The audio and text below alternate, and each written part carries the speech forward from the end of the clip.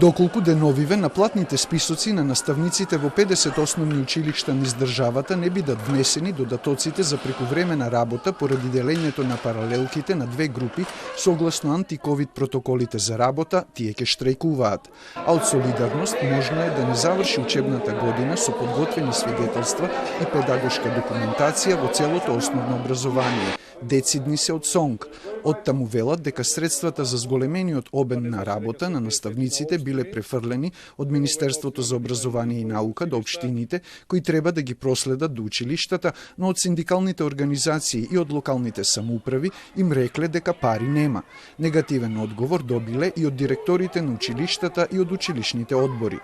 Од СОНГ бараат надлежните итно да го решат проблемот и го прозваат Државниот инспекторат за труд дека не констатирал кршење на работничките права на наставниците. Морам да подлечам дека трудовата инспекција во овој период се покажа тотално нестручно и непрофесионално во однос на тоа што не можеше да препознае дека наставниците работат двојна работа.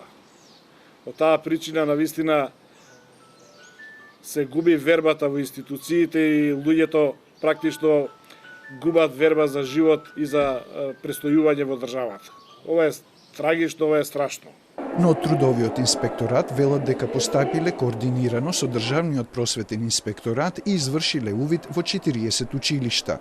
Од страна на инспекторите, кај дел од училиштата се констатирани неправилности, точно кај 16 училишта е констатирано дека не се води евиденција на полното работно време и прековремената работа и донесени се решенија за по кои треба училиштата да постапат, односно да воспостават евиденција за полното работно време на наставниците како би можело да се исплати прековремена работа. Училиштата каде што не се води евиденција на работното време, како што реков, се задолжени со решение од страна на инспекторот да се воспостави евиденција согласно законот, за да може да се утврди дали одреден наставник работел прековремено или не работел.